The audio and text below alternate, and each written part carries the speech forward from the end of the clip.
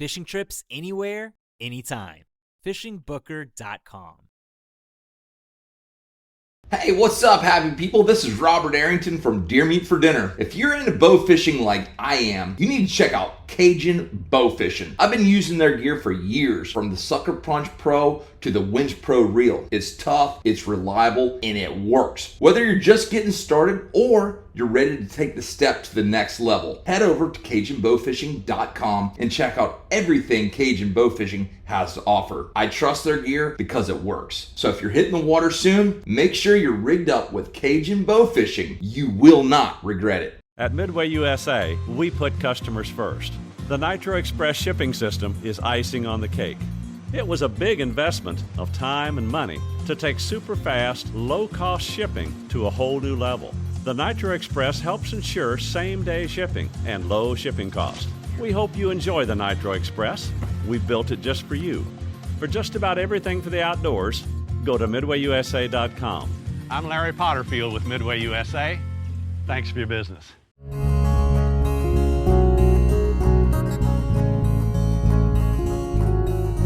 Welcome to the Casting Across Fly Fishing Podcast. I'm Matthew of CastingAcross.com, where I explore the quarry and culture of fly fishing. Hey, it's episode 340, which is another Fly Fishing Accusations podcast. And all that is an opportunity for me to interact with questions, comments, and the occasional accusation from readers of the website and listeners of the podcast, like you. But let's dive right into it, because I've got some really good things to talk about today. The first one is from Lincoln. Lincoln writes, "Hi, Matthew. Really love your podcast and really appreciate how much work you put into it." Thanks, Lincoln. The reason for my email today is I was having a debate with my dad about whether or not streamers are a type of fly or not. My dad argues they do not imitate a fly, they imitate a minnow, so they're not a fly. I reason that even though streamers do not imitate a fly, they're still a type of fly, maybe like a nymph. Would love to hear your thoughts or opinion on the topic, and would also love to know if you could put this email in your next Fly Fishing Accusations episode. Thanks so much, Lincoln. Well, there you go, Lincoln. You ask and you shall receive. All right, so this is a fantastic question, and it's the kind of question that I absolutely love to engage in, but I absolutely hate when it gets escalated and it becomes dogmatic. So what do I mean by that? I think there's actually a legitimate place to question what is a fly and what is not a fly. There's a few different things to consider when you talk about this. The first is a rubber worm a fly? Well, no. Well, is a squirmy wormy a fly? Yeah, I guess yes. Well, how do you draw that distinction? That's really, I think, the more important thing, and primarily because that is where you get into not necessarily ethics, but you get into the legality of things. And different states and different areas have different requirements. Now, I've seen flies that have propellers on them. I've seen flies with weed guards. I've seen flies that have rubber tails.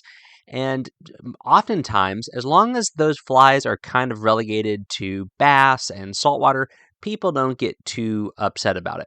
But when it starts to encroach into trout fishing, that's where things start to get a little bit more problematic.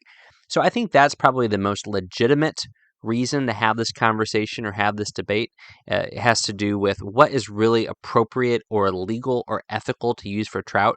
I mean, if you have a really beautifully tied catskill dry fly, but you dip it in power bait, is that still a fly? Well, technically, yes, but it certainly is not functioning as a fly functions according to the letter or even the spirit of the law. But let's kind of narrow it down a little bit more and focus more on Lincoln's question. And that is to say, in a traditional fly box, and again, we're using that term colloquially, in a traditional fly box where you have dry flies, nymphs, streamers, terrestrials, and a handful of other flies for trout, are all of those rightfully called flies? Well, I'll jump right into my answer and then give a few different examples. I would say yes, and here's a few reasons why. When you go back into the 19th century, 18th century, you see flies like pike flies being described as flies, and they were meant to be fished underwater. not imitating a fly at all, imitating a bait fish. So if you want to go as far back as maybe the earliest mentions of fish going after flies in English, you're going to be looking at maybe the 15th century with Dame Juliana, and maybe certainly with Isaac Walton, but that's all in the 17th century. And all he talks about is fishing with stuff that looks like fish food. Now, a lot of these times they are flies that buzz around and land on the surface, but they aren't always those kind of things. So once you get to modernity, whether it be for trout or whether it be for pike or any other fish, you start to see as really recently, but in the grand scheme of things, we're talking about maybe 500 years of fly fishing writing. So about two-fifths of the way back in the history, they were referring to anything and everything as a fly. Now, here's where that logic, I think, really, really hits home. First of all, I don't think anyone would deny that a salmon fly is a fly. These just intricately and incredibly skillfully put together beautiful flies, often intended to be swung through the current to chase after Atlantic salmon. No one says, oh, that's a salmon lure. No one says that's a salmon whatever. They say it's a salmon fly. It certainly does not imitate an insect, and less likely an insect that is on the surface of the water. So that's one thing. The other thing that I would say, if you really are being pedantic, and maybe Lincoln, this is the conversation that you're having with your dad, would you call an ant tied with a dubbing body and a hackle wing, would you call an ant a dry fly? Well, I think I'd most properly call it a terrestrial, but that kind of ant, just a fur body ant with a hackle wing, well, it's not a fly. Even if it's a flying ant, taxonomically speaking, it is not a fly. And so I think that just goes to show that we have to hold this term a little bit loosely. Now, again, if you're going to have a rapala on the end of your fly rod, that's not a fly. But at the same time, we're also not going to say only Catskill style dry flies are flies. We are more in that direction than we are in the double treble hook jerkbait, but we are definitely looking at anything and everything that is primarily composed of natural materials. But here, see, even that. What do you do with the polyesters and the synthetics that are often used for dubbings today, even on dry flies? And so this is where you see the parameters of the definition really start to be stretched. But hopefully, Lincoln, that gives you some more food for thought. And for all of those of you who this summer are going to be hanging around the boat launch or the bar afterwards having this debate, remember, don't be dogmatic, but definitely take these things into consideration, because I don't think that you should shy away from using the squirmy wormies and the mop flies and the egg flies and things like that. They have their place. But if an egg fly that is tied with egg yarn seems to me a little bit more acceptable, a little bit more ethical than a little rubber egg that is laced on a hook. So different people are going to have different opinions, but that is my take on it. So yes, streamers are flies, and streamers are some of the absolutely best flies. But anyway, thanks, Lincoln, for the email and for the other times that you have chirped in on other media on Casting Across. This next piece of feedback comes from an article I wrote a while ago that was called 4 Ways to Avoid Risk While Fly Fishing. And it was a relatively kind of simple approach. No basic outdoors safety, orient well, kind of know where you are, bring a physical map, and then have a digital option. So basically use apps and know how to use them, and make sure that you have batteries for your phone if you're planning on using them. So very basic, obviously not an attempt to get you completely ready to go out in the woods. But that said, there was a good piece of feedback from John. John wrote, "Scouts would say, never fish alone. You need a buddy." Now, this is a really good piece of advice. I am absolutely not discounting it. I'm not downplaying it. I am not saying it is a bad piece of information. At the same time, I think that there is some inherent risk in fly fishing. For someone who is young, healthy, able-bodied, who is competent, who is familiar, who is skilled, then you are effectively taking a risk when you go out to fly fish alone. Now, of course, there's other variables involved also. Like, for example, when I fish the mountain creeks where I like enjoy up in the White Mountains, uh, I don't run a huge risk of getting swept away. I don't get a huge risk of falling in a hole over my head. Do I run the risk of slipping, hitting my head, and drowning? Yes. But then here's where the risk comes in. I could do that if I'm in a public park and I'm just simply out of view because it's going to happen instantaneously. Um, I can also do that if I'm in my backyard and my wife and my kids are not at home and I am working with my chainsaw, or even something much less significant. If I'm walking with with something heavy and I slip and fall, and I've got a couple of stone fences around here. And I'm not saying this again to discredit or downplay that bit of advice. But I'm thinking even just recently fishing in Pennsylvania, it's slow, shallow water, and it never struck me to go fishing with a buddy on some of these streams that are relatively easily accessible. I'm not going to be alone, but again, if on a river that is incredibly popular, there are times of day when there's no one around, and the wrong step or a medical emergency could put you underwater.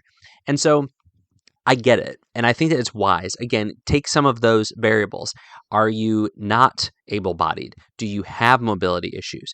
Do you have a known propensity for something like irregular heartbeat, balance issues, things like that? Are you inexperienced outdoors? Those are the ways that I would say, you know what, you really probably shouldn't go alone. Are you particularly young? Are you a woman? Are you somebody who maybe isn't very good at directions? Those things are all mutually exclusive, by the way. And those would be reasons why I would say, yeah, definitely bring someone along. And again, all things considered, best practices, it is best to go with somebody. Statistically speaking, you are much more likely to get hurt driving by yourself or with someone else in a vehicle on your way to go fishing, whether you're by yourself or with someone else, than you are when you're out on the water. And the statistics bear that out. And no one would ever say you should always drive with a buddy or you shouldn't drive if you have the slight risk of some sort of health condition. So I take all of that, and I take John's comment very, very seriously, because I do think there are some people that probably shouldn't be fishing alone. Especially if the wading is treacherous, if the terrain is difficult, or if they have some sort of mitigating factor in their own life.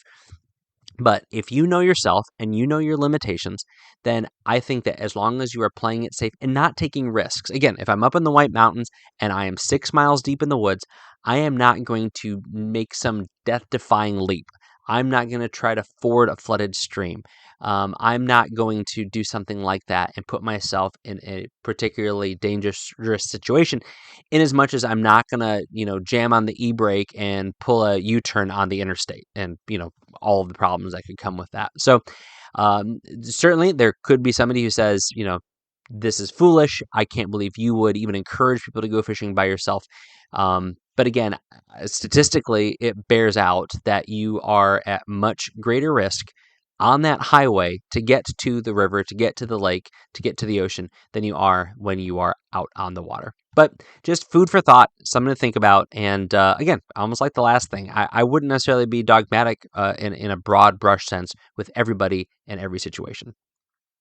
Okay, the last email today is from Tom. Tom writes a question that I've gotten before and I've answered before, but I don't think I've ever answered it on the podcast. So here's the question. Have you done a review on the Murray Mountain Trout Fly Rod made by Scott to Harry's Murray's Specs? And the answer is I have not done a review because all I've ever done is wiggle the thing. Held it and wiggle it. As we all know, there is no better way to determine if a fly rod is good or not than simply by holding it and wiggling it and saying, that feels good. Well, a little bit of background on this rod in question. So Murray's Fly Shop in Virginia, Harry Murray is a guy who is right in between bass and trout. He caters to both in an area that is definitely near and dear to my heart. And for about 25 years now, I think, he has been selling the Murray Mountain Trout Rod, which is a 6-foot, 10-inch, 3-piece, 3-weight, made by Scott on one of their older style blanks.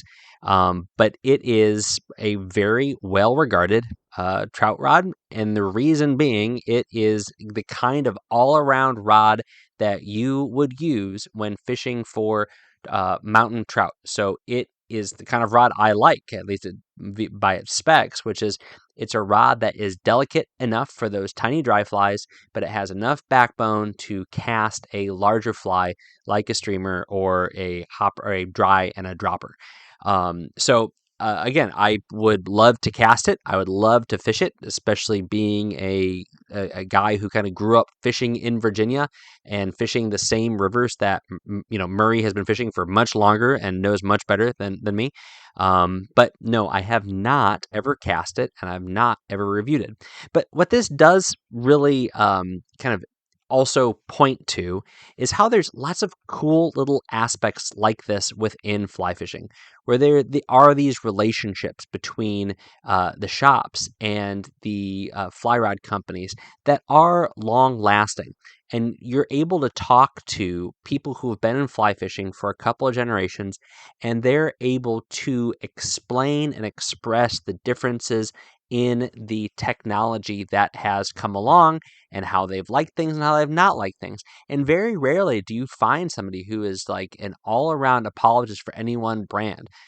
You'll find people who are huge Thomas & Thomas fans, or huge Winston fans, or huge Scott or Orvis fans, and they'll say, this is where they did great, this is where they had missteps. And of course, every one of them is going to say they're getting so stinking expensive. Like right now, the Murray Mountain Trout Rod by Scott, it comes in at $945. I mean, that's basically a $1,000 fly rod. Now, I am not someone who encourages people to go out and buy $1,000 fly rods, but I'm also not going to be that person that says, don't, if you can afford it and you want it. But it's just the reality of where we are in the industry right now. But this is again, a cool kind of little piece of Virginia fly fishing and of East Coast fly fishing. And because Scott is from Colorado, it really spans the entire country. So anyway, if you are driving up and down I-81 in Virginia, pull over and go to Murray's Fly Shop and go ahead and pick up the Murray Mountain Trout Rod and give it a wiggle. And while you're there, you can probably pick up some aspirin or maybe fill a prescription, because again, as I think I mentioned last week, it is one of the most unique fly shops that I've ever been in, because it is an active pharmacy as well. Well, the second part of the feedback comes from the response from Tom, where he says, "Thanks, Matt, for the reply. You've done more than I have on your shop visit. Murray's is a little under the radar for most. Although I must say, I recently dusted off my old, maybe 1959 Shakespeare Presidential rod, 7-foot, 2-piece, probably a 5-weight, and it's terrific once I slowed down, way down." And then some other nice things from Tom from Minnesota. So I think this is fantastic, because here you have an interaction with somebody who's asking about a $1,000 fly rod and is curious about it. And then they say, but I'm fishing now with the 60-year-old fiberglass rod that is probably not worth a whole lot, but is working really, really good. Now, I love that. I love the interaction with Tom. I like how I've had this conversation with other people, but it just goes to show a few things. Are there benefits from using brand new technology? Absolutely. Are they necessary? No. Are they helpful? Yes. Is there something alluring and romantic and even fun about using old stuff? Of course. So this is just a great illustration about how you can go either way and really enjoy yourself. I recently, on a fishing trip, I took a bamboo rod and I took one of my newest fly rods, and I enjoyed fishing with both of them.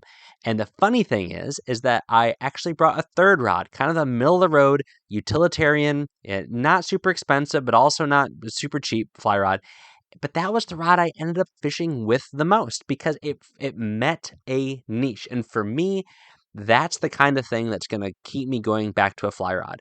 It doesn't matter what material it's made of. It doesn't matter its length. It doesn't matter its action. It doesn't matter the label. It doesn't matter the price tag.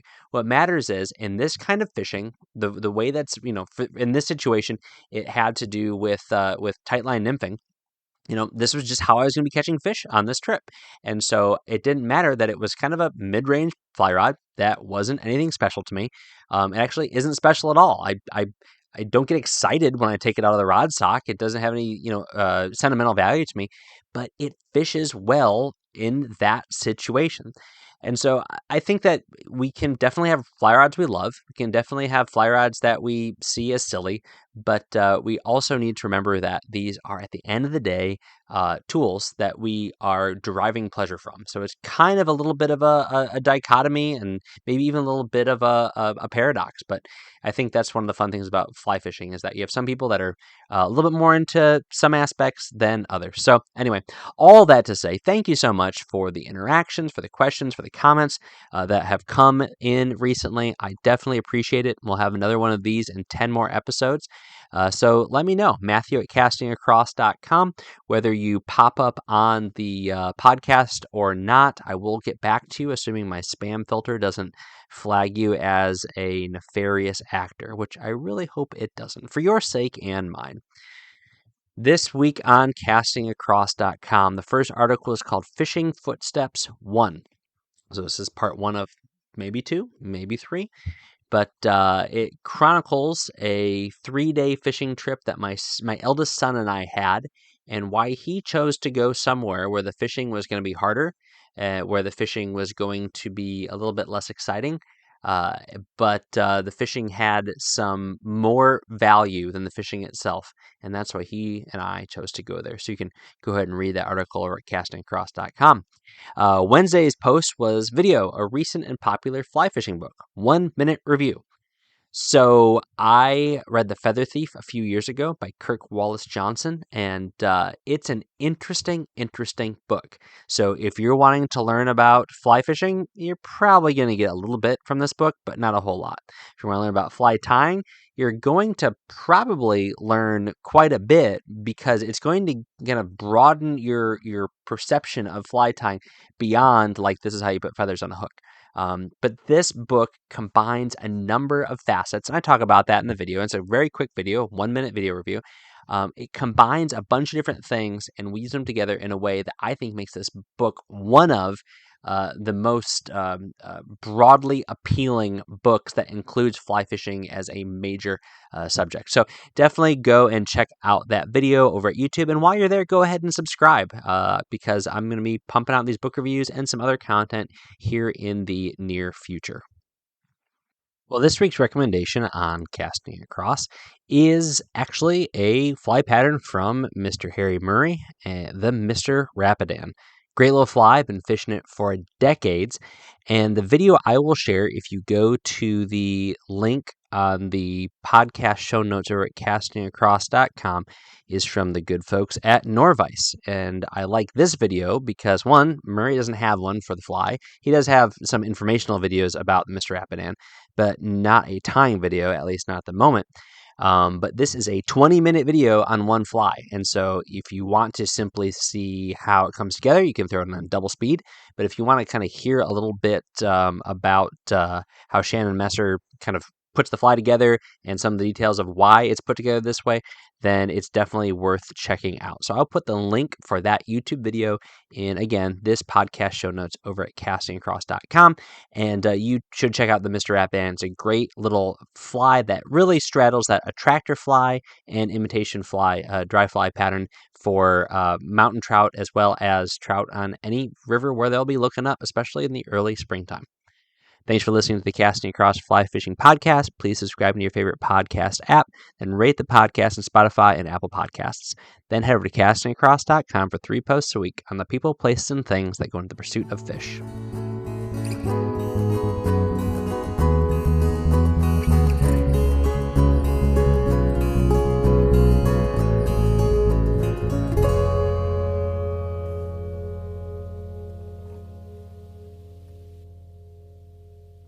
Want to plan your next fishing trip without the hassle? FishingBooker.com is the best way to find and book a fishing charter anywhere in the world.